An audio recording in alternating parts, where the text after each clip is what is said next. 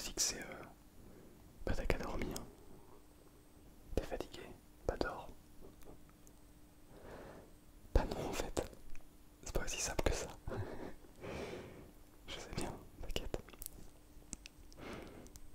C'est drôle parce que quand tu dis ça à des gens,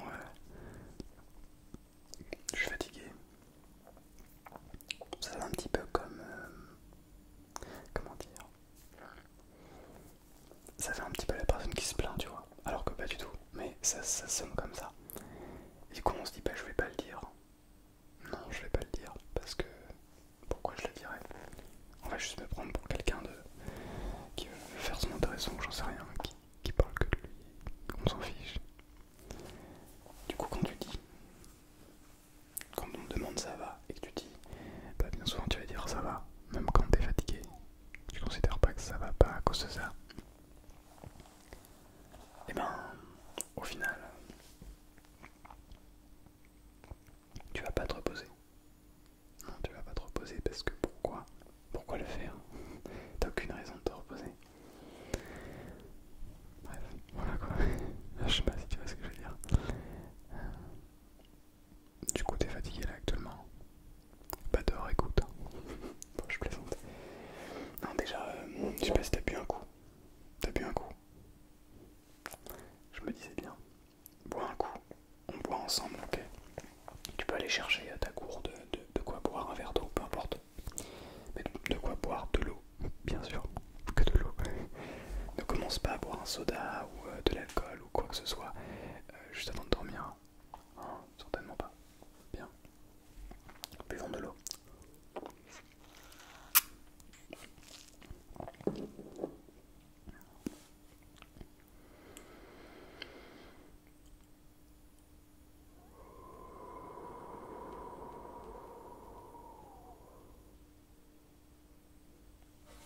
Ok. Alors juste pour te dire, si j'ai mis mon bœuf sur la gourde, c'est parce que malheureusement, je pense qu'elle est en fin de vie. En fait, elle est ouverte. Elle a genre un tout petit endroit où elle est ouverte. Et c'est très très embêtant parce que du coup, elle fuit tout simplement, c'est logique. Euh, bon voilà, elle a de l'histoire, tu sais. Ça fait un an que je l'ai. Elle est allée sur le GR20. Ouais, elle a fait le GR20. Elle est allée à l'Opéra de Rennes. Oui, elle est montée sur la scène de l'opéra. Entre autres, bien sûr. Elle a fait plein de trucs, plein de spectacles, plein de représentations. Bref, elle en a vécu des choses. Et je suis plutôt content. Bon bah c'est fini, on va dire, c'est la fin. Mais je suis content de tout ce qu'elle m'a offert. Tiens, un avion. Utilisez cet avion pour votre relaxation. Tu te dis, oh bon, il y a un avion. D'habitude je le coupe. Mais là on va l'écouter. Là on va l'écouter et on va se dire ok. En fait c'est un petit peu relaxant. C'est un petit peu relaxant. Bref. Tu devrais faire ça aussi. Tu regardes les objets que tu as. Après chacun voit les choses différemment peut-être. Je pense que, comment dire, moi je suis plus du genre à acheter quelque chose d'assez qualitatif en faisant attention, en faisant en sorte que cette chose me tienne le plus longtemps possible. Genre cette gourde, hein, elle m'a servi dans énormément de situations.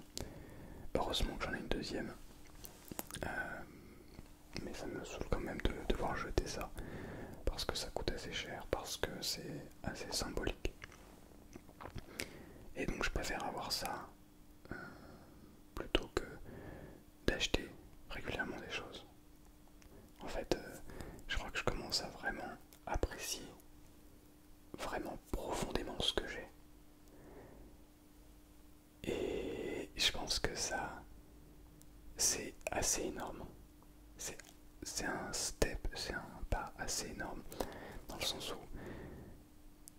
je suis plus là à me dire ok, qu'est-ce que je peux encore améliorer, qu'est-ce que je peux acheter. Alors bien sûr que c'est toujours possible d'améliorer des choses. Mais vous voyez, On me demande souvent quand est-ce que je vais changer mes micros. Alors bien sûr, j'aimerais vous proposer encore de la meilleure qualité si c'est possible. Genre vraiment augmenter la qualité de sonore, même vidéo. Ce serait avec un grand plaisir, mais tellement. Mais en fait, j'ai l'impression que on n'a même pas utilisé tout le potentiel de ces micros. Je sais pas si vous voyez ce que je veux dire. J'ai l'impression que vraiment, il y a encore plein de choses à faire avec ces micros. Cette caméra, je suis hyper content. Je suis allé sur des tournages là avec des amis qui eux ont du matos qui coûte des milliers d'euros. Et moi j'ai un petit trépied et un appareil photo qui certes physiquement ne font pas. Alors ça fait quand même assez pro, mais c'est pas genre un truc de ouf, tu vois. C'est pas genre une énorme caméra avec un énorme objectif. Parce que les énormes objectifs, ça ne sert à rien quand on est en studio comme ça. Ça sert uniquement quand on veut faire des photos, des vidéos de loin, bref. Enfin, pas vraiment, c'est pas. C'est pas un débat d'ailleurs. Bref. Mais je suis hyper content de cette caméra. Et genre, dès que je la prends dans les mains, dès que je vais faire un stream avec, dès que je vais faire une vidéo avec, dès que je vais prendre des photos avec, je suis trop content. Tu vois. Et je sais qu'il y a encore énormément de trucs que je ne sais pas sur cette caméra. Et c'est ça qui est génial. C'est génial. Tu vois, mon téléphone. On peut se dire, bon, un téléphone, c'est un téléphone quoi. Pour le coup, celui-ci, je crois que je vous avais raconté, je l'ai pareil eu en même temps que ma gourde. Non, un peu après la gourde. Je l'ai acheté juste après le GR20. Donc ça va bientôt faire. On est allé au GR20 fin juin, début juillet. Donc ça va faire presque un an bientôt. Et ça fait un an que je l'ai. Et alors c'est peut-être parce que je l'ai acheté neuf, mais il est encore en très bon état. J'y fais hyper attention. Parce que je sais le prix que ça coûte. Je sais que j'ai dû débourser ce prix-là pour en acheter un et que j'ai pas du tout envie de redébourser de l'argent pour en racheter un autre. Mais pas que ça. En fait, c'est plus que je ressens presque cette envie d'évoluer avec les choses qui m'entourent. Et quand je dis les choses, je parle aussi des gens. Et je parle aussi de moi-même. Et je pense que c'est pour ça que on va en arriver à ta fatigue et tu vas comprendre. Je pense que il n'y a rien de mieux que d'avancer.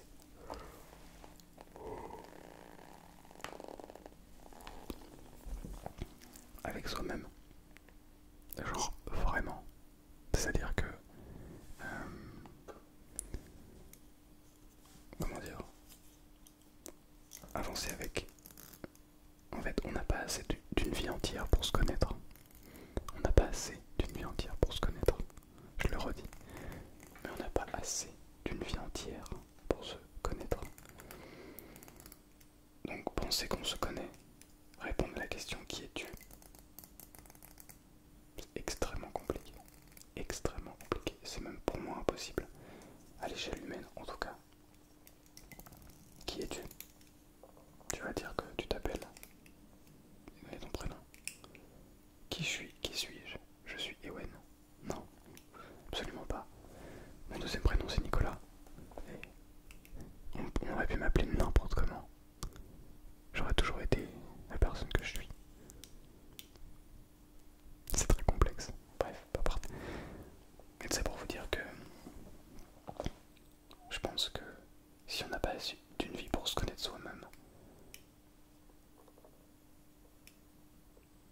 ça peut être bien de trouver une personne et d'essayer d'en apprendre le plus sur elle, sur cette personne.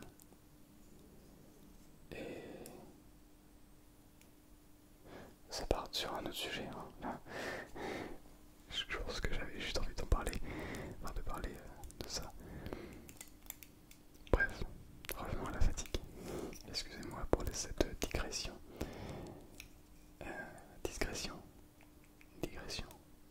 Digression, je crois.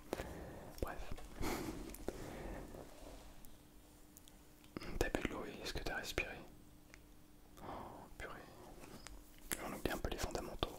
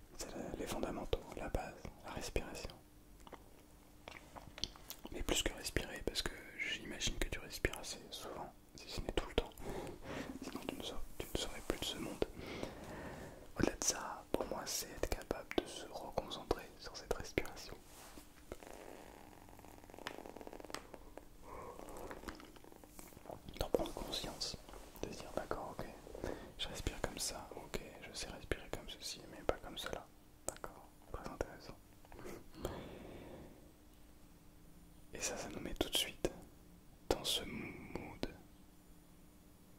de relaxation. Donc là normalement tu te sens un peu mieux. Et si c'est pas le cas, t'inquiète pas, c'est pas fini. Maintenant tu vas t'allonger. Non, si t'es déjà allongé, c'est parfait. Si t'étais assis ou debout, tu vas t'allonger. Ok. Tu vas arrêter de regarder la vidéo si tu regardais la vidéo. Et tu vas t'allonger, genre les bras le long de ton corps. Ok. Sans rien croiser, pas ni tes jambes, ni tes bras, ni rien du tout. Ok. Tu vas t'allonger comme ça, droit, comme si t'étais debout, mais allongé. Ok. Et ce qu'on va faire, c'est qu'on va essayer de prendre conscience de notre corps. Ok. Alors si tu veux le faire assis, tu peux. Moi je te recommande, si tu veux t'endormir, de le faire allongé. Et on va simplement prendre conscience de notre corps, chaque partie de notre corps. Okay. Si tu as besoin de t'étirer, de faire quelque chose avant, n'hésite pas. Vas-y, étire-toi, étire tes bras.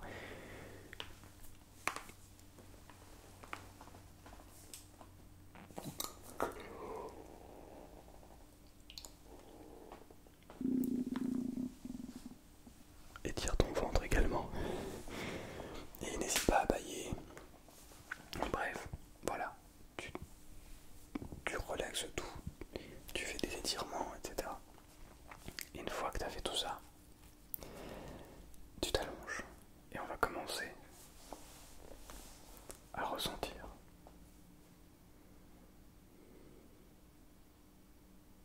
On peut commencer par notre respiration. Voir d'où elle vient. Voir où elle arrive. Voir où elle sort. Parce qu'elle rentre dans ton corps et elle ressort de ton corps. Comment est-ce que ça se passe? Et ensuite on va parcourir le corps des pieds jusqu'à la tête. Et voilà, doucement comme ça, on va commencer par sentir nos orteils en les bougeant un petit peu, se rendre compte de l'articulation des orteils, de chaque orteil individuellement. Alors c'est pas évident, mais on essaye de faire ce travail-là.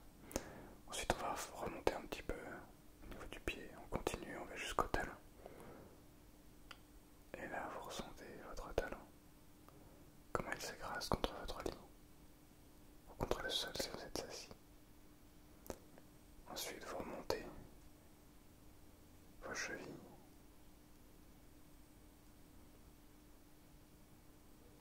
puis vos mollets, jusqu'à vos genoux. Et une fois qu'on arrive aux genoux, on essaie de prendre conscience de tout, de toutes les parties que l'on vient d'énoncer, en même temps, ensemble.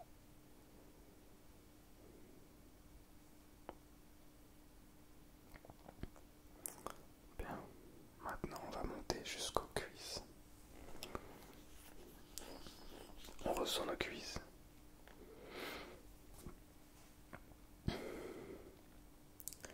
Ensuite, le bassin, si je dis pas de bêtises, je sais pas. Les parties intimes évidemment, mais ça vous regarde. Mais il faut le faire, même si je sais que c'est pas forcément... c'est peut-être un petit peu tabou, mais il faut le faire. Ça fait partie de notre corps. Il faut s'en rendre compte. Ça fait partie. On parle aussi du fessier. Hein. Le fessier, faut aussi le... Comment dire, en prendre conscience. Je m'en rendis comme ça. Ensuite on remonte, on a les hanches. On s'imagine bouger le bassin comme si on était en train de danser, mais sans bouger.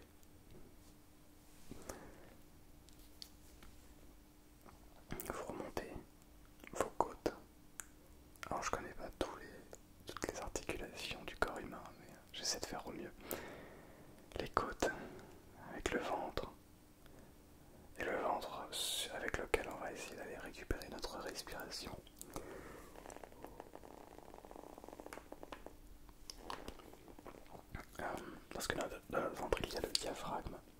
diaphragme, c'est une sorte d'autre réserve que les poumons pour respirer. Donc on va essayer de s'en rendre compte.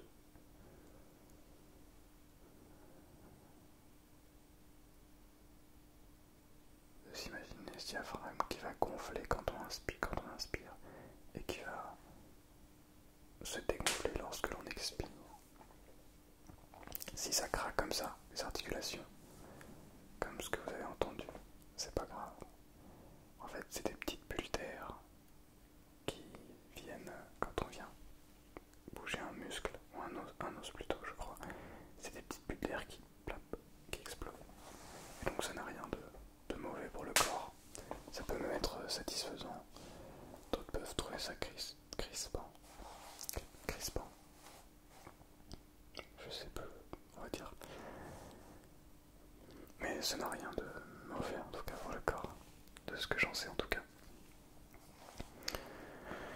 On monte encore le torse. Et là on vient chercher la respiration des poumons. On prend conscience de nos mains, du bout de nos doigts entiers. À quel point ils sont lourds. Nos avant-bras et nos bras, nos muscles.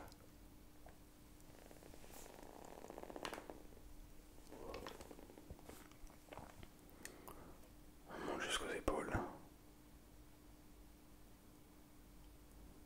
Et on prend conscience de nos épaules. Notre cou également. Notre nuque, etc. Notre dos.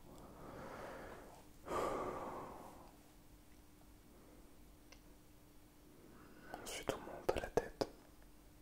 Et là on a toutes les parties du visage.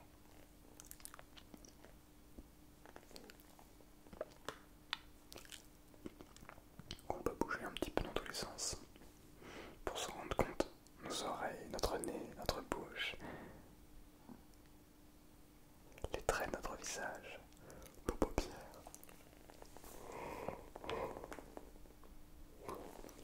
qu'on peut bouger, ouvrir et fermer. Nos cheveux également, prendre conscience de tous nos cheveux individuellement qui forment cette chevelure.